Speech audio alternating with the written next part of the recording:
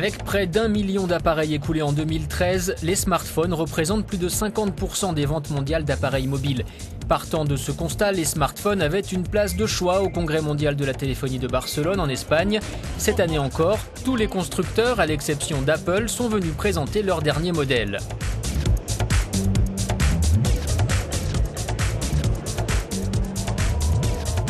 À la recherche de sa gloire d'antan, le Finlandais Nokia a par exemple surpris. Racheté par Microsoft, il présente néanmoins un nouveau modèle avec le système d'exploitation de Google Android.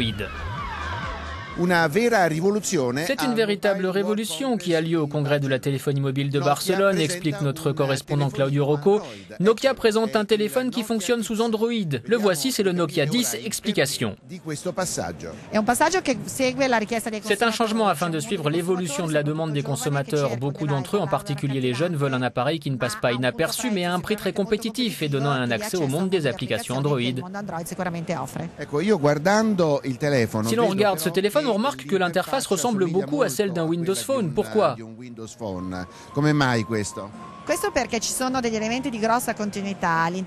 C'est parce qu'il y a beaucoup d'éléments de continuité. Une interface avec des tuiles qui permettent une utilisation simple et immédiate. C'est une question de continuité par rapport au Windows Phone.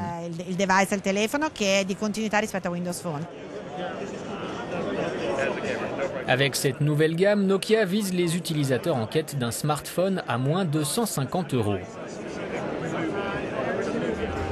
D'un extrême à l'autre, Samsung, leader mondial du secteur, a lui aussi dévoilé le dernier né de ses smartphones, le Galaxy S5. Pour résumer, tout ce qui équipait les modèles précédents a été amélioré en termes de performance. Parmi les nouveautés, on note l'apparition du scanner d'empreintes digitales. Ce téléphone peut également prendre le pouls de son utilisateur.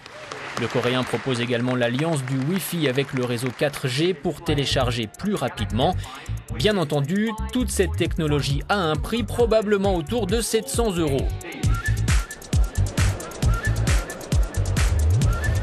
Signe des temps, signe que l'industrie du mobile et celle d'Internet ne sont plus séparées. Mark Zuckerberg, le grand patron du réseau social Facebook, est venu en personne à Barcelone.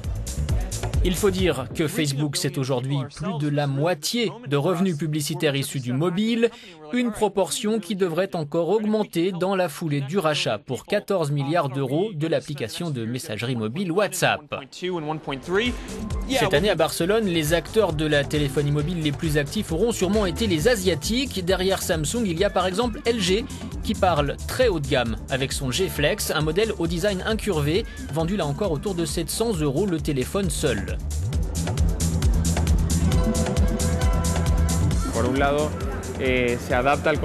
D'un côté, l'appareil épouse la forme du visage, ce qui permet d'augmenter le son de 3 décibels.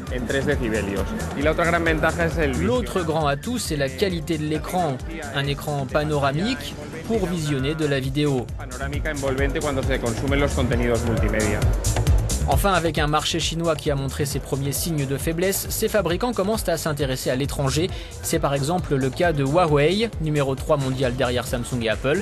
Il a été le premier à Barcelone à dévoiler ses nouveaux produits, dont un smartphone bénéficiant d'une connexion Internet 4G ultra rapide.